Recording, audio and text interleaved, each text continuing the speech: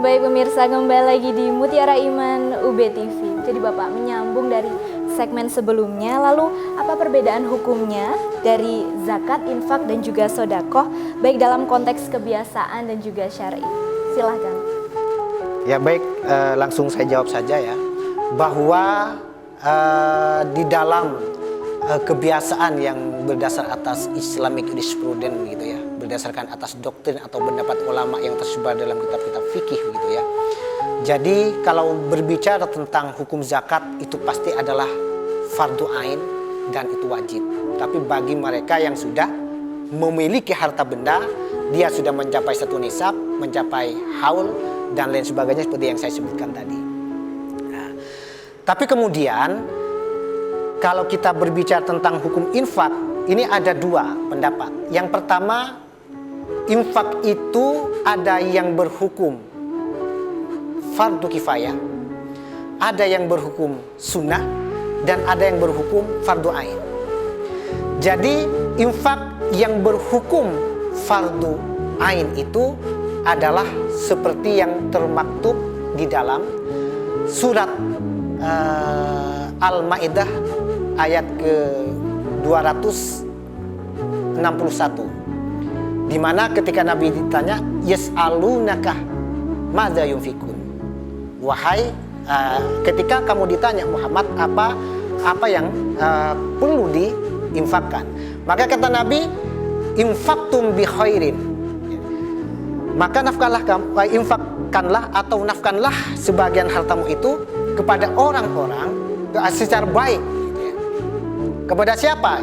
Kepada kedua orang tua. Jadi maka ulama berpendapat bahwa menafkahi keluarga itu adalah hukumnya fardu ain.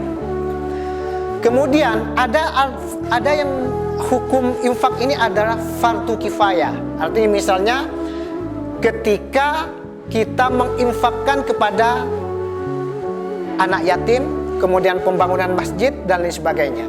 Jadi kalau sudah ada masjid, kemudian butuh uluran tangan kita bantuan berupa infak, maka ketika ada seorang saja yang telah memberikan bantuan, maka gugurlah kewajiban-kewajiban muslim yang lain. Yang ketiga itu sunnah. Ya, sunnah ini dalam konteks praktek selalu dan kadang-kadang diidentikan dengan sedekah. Jadi memberikan infak kepada anak yatim, memberikan infak kepada fakir dan miskin gitu. Jadi ini hukumnya adalah sunnah gitu ya. Kemudian kalau sedekah ini adalah hukumnya itu adalah sunnah. Artinya bahwa sedekah itu kan mengeluarkan harta benda maupun bukan harta benda kepada orang lain. Jadi secara sukarela. Jadi kalau sedekah ini kuncinya itu pemberian dari seseorang kepada orang lain secara sukarela. Artinya tidak diwajibkan untuk bersedekah. Kalau kita punya ada harta yang berlebih, kemudian kita memberikan kepada orang lain di luar zakat dan infak, itu sunnah hukumnya.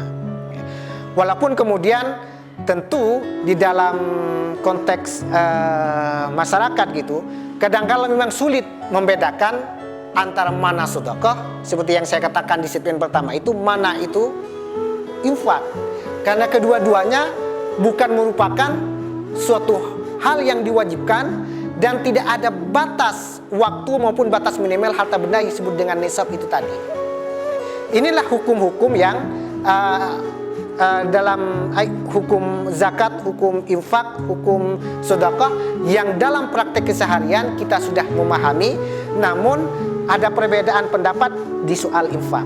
Ada yang mengatakan itu adalah sunnah, ada yang mengatakan infak itu adalah wajib seperti memberikan infak kepada keluarga, ada yang mengatakan itu adalah fardu kifayah. Ketika kita menginfakkan sebagian harta kita kepada masjid, kepada anak yatim, itu fardu kifayah. Ketika ada satu orang muslim saja memberikan atau menginfakkan sebagian kepada masjid dan pembangunan pesantren, misalnya anak yatim, maka gugurlah kewajiban-kewajiban muslim yang lain. Seperti apa yang saya katakan tadi itu. Demikian sebenarnya hukum yang menyangkut perbedaan antara hukum zakat, hukum infak, dan hukum sedekah. Demikian, Mbak. Terima kasih. Baik, pembahasan yang sangat luar biasa, Ustadz. Mari kita rehat sejenak. Jangan kemana-mana, tetap di Mutiara Iman UB TV.